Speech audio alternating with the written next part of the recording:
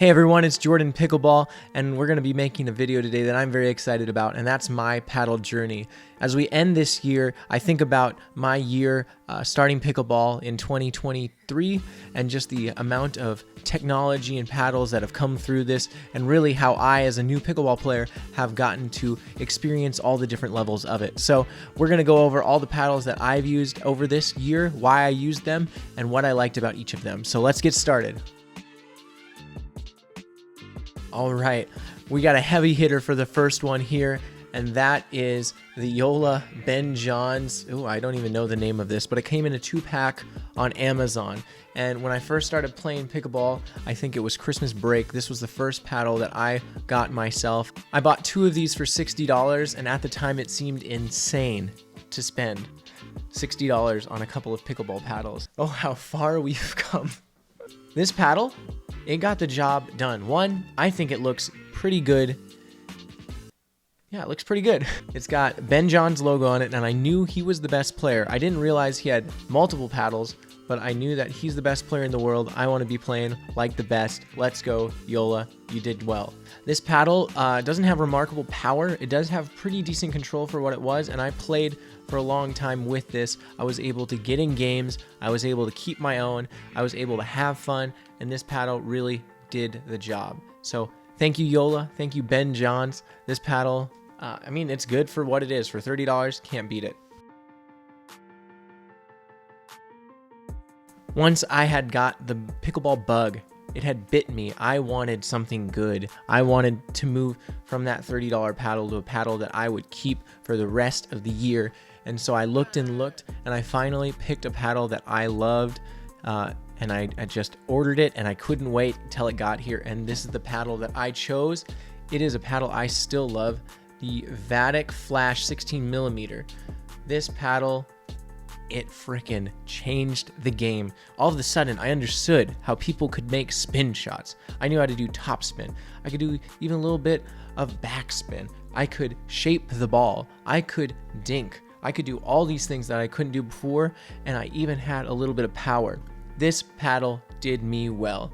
The 2 medals that I do have on my wall were playing with this paddle, and I loved it. It was a great paddle for me. It was awesome getting to play with this hybrid shape for the first time in a full-fledged 16mm paddle. I loved the weight. I loved the feel. I did add a little bit of lead sense, but at the time I was just playing with it as is, and it was just a great experience all around. Vatic is still one of my favorite companies out there. Their paddle quality, in my opinion, is just super, super, super good, and I love the Vatic Pro Flash 16mm. So have you ever fell prey to a YouTube video recommendation or two? Because I sure did. I was happy with the Vatic. I was good to go with pickleball. I thought, this is it. I don't need to upgrade. I have a perfect paddle for my playstyle. And then I saw this guy, the Legacy Pro. I saw the videos talking about this guy. I saw the reviews, and I said, I want this. So I ordered this bad boy, and then I saw all of the downsides that were coming out about thermoform, core crushing, and all of those issues. And I got scared. I almost canceled this a few times, but I kept it up. I waited for it, and I got this paddle finally. I will say this. It is a powerful paddle. I don't think I am experiencing anywhere near the amount of power that some of those early reviewers were with theirs. Mine is a later paddle, and even though I didn't experience those same amount of power, I do think this is a great paddle. It definitely moved up a little bit of power from the Vatic, and it helped me just be able to control and rein in power in a paddle.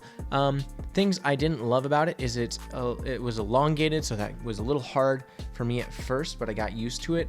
The build is good. I don't think it's as good as my Vatic, but it still felt pretty good overall.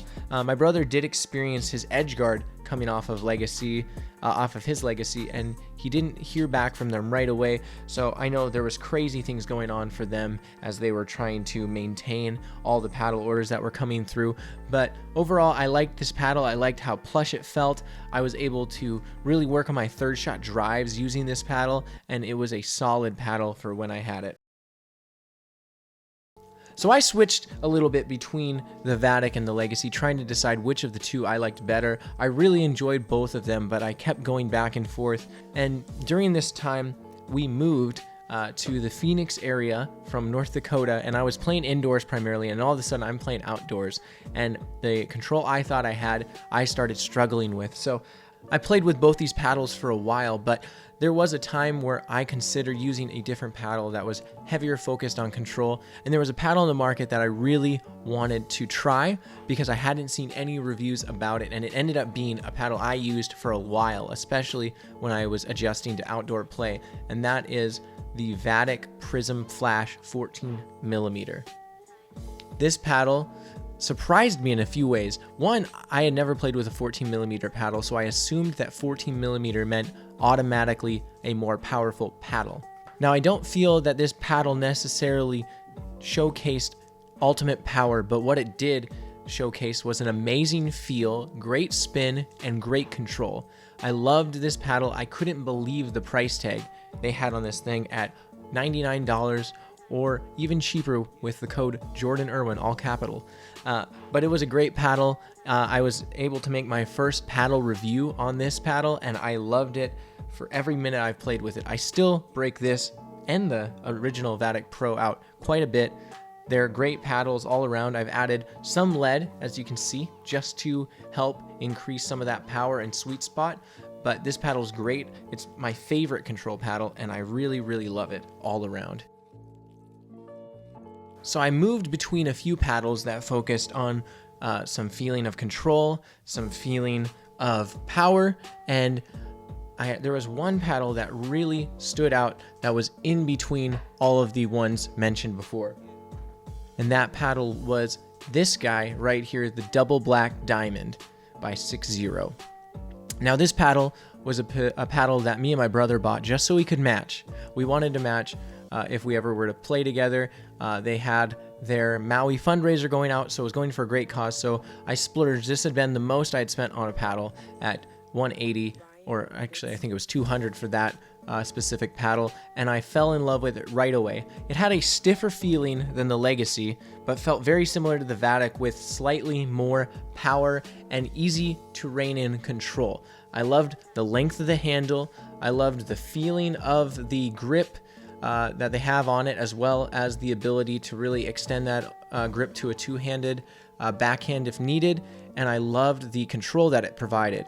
Well, it seems now as an all-court paddle, for me, it was a significant power increase from the Vatic Prism, and so I've been really enjoying every minute I've got to play with this. 6-0 again is another company that seemingly knocks it out of the park with their build construction, and I think, in my opinion, this is one of, if not the best looking paddles on the market, especially in this color. So 6-0, love your paddle. I could not recommend this enough to people who want a paddle and don't necessarily know what exactly they want, because this is a paddle that has a large audience. I thought, again, the 6-0 felt very similar to my Vatic, and it had a similar experience in my mind where I said, this is it, I'm done, no more, we're good to go, until I heard about a new paddle coming out from a company called Engage. Now, I had an Engage paddle before. I had the Pursuit MX 6.0 Ultra, and I did not like this paddle. I don't know if you can tell, but I got a lot of chunks in the grit. I didn't like how it felt. I had trouble controlling it. I didn't like feeling the core in the handle. I didn't like how it weighed, and I, again, felt that it was a little awkward being elongated.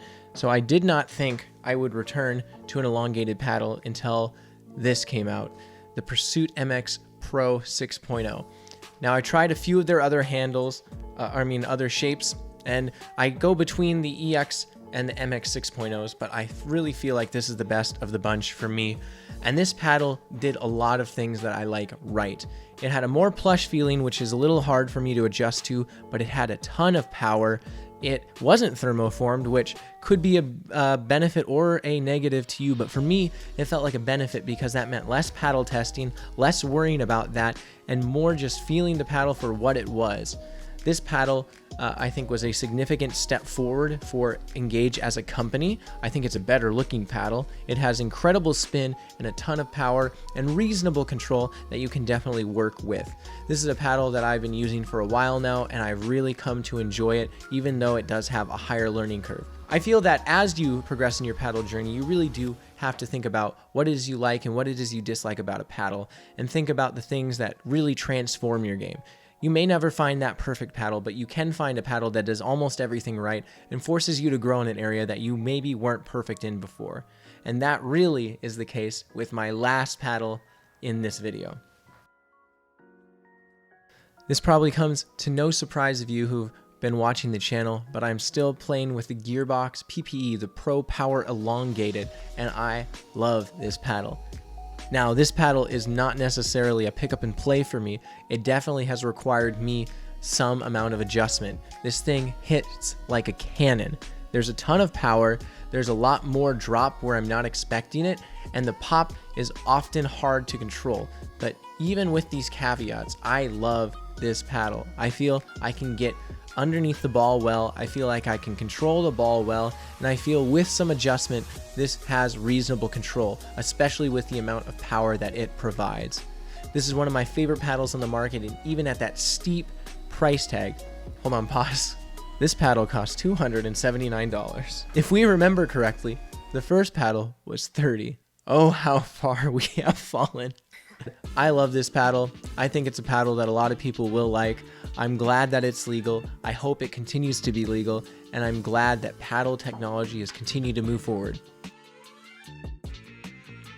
As we go into 2024, I'm excited for what the paddle market has yet to reveal. I know there's a lot of people experimenting with new cores, with new technologies, and especially new paddle faces. So as we move away from carbon fiber, it feels, into the new and exciting world of Kevlar, I just want to say, pick a paddle that you feel good with. This is a fun sport. It's a great sport to meet people, a great sport to try new things, and a great sport to experience new technologies. So have fun with pickleball. Remember, your paddle does not dictate how you play, but it dictates what you do with what you have. So pick a paddle that matches you as a person.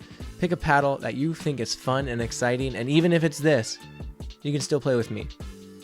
I'm Pickleball Jordan. God bless. Have a good day.